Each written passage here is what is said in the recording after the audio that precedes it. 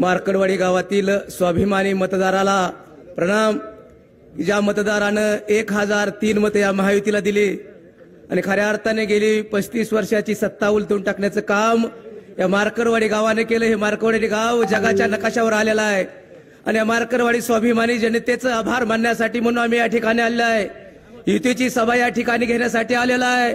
ज्या डॉक्टर बाबासाहेब आंबेडकरांनी या देशाचं संविधान लिहित असताना 2 वर्ष 11 महिने 18 दिवस रक्ताचं पाणी आणि हाडाचं काळे करून या देशाचं संविधान लिहिलं।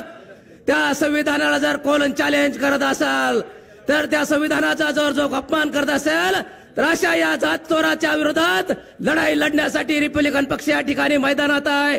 मी या मार्कडवाडी गावातील चोपड्या असतील सगळ्या कार्यकर्त्याला सांगतो, जर कुणाला धमकावण्याचा इथल्या विरोधकाने प्रयत्न केला तर रिपब्लिकन पक्षाचा कार्यकर्ता 10 किलोमीटरच्या अंतरावर माझं गाव आहे, फोन करा, 10 मिनिटात तुमच्या गावात रिपब्लिकन पक्षाची फौज घेऊन तुमच्या संरक्षणासाठी येण्याची जबाबदारी रिपब्लिकन पक्षाची आहे।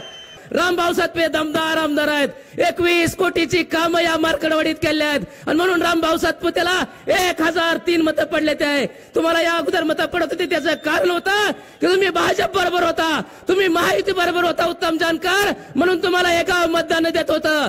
तुम्ही या ठिकाणी विधानसभेच्या अगोदर लोकसभेला सांगितलं की उत्तम जानकरचा या ठिकाणी डीएनए भाजपचा आहे। अरे जात चोरा, कुठे गेला तुझा डीएनए? आता तू भाजपला सोडून गेल्यामुळं इथली जनता तुझ्या पाठीमागे आली नाही आणि म्हणून मार्कडवाडीच्या स्वाभिमानी जनतेनं 1003 मतं या ठिकाणी रामभाऊ सातपुते सारख्या माणसाला दिली ती।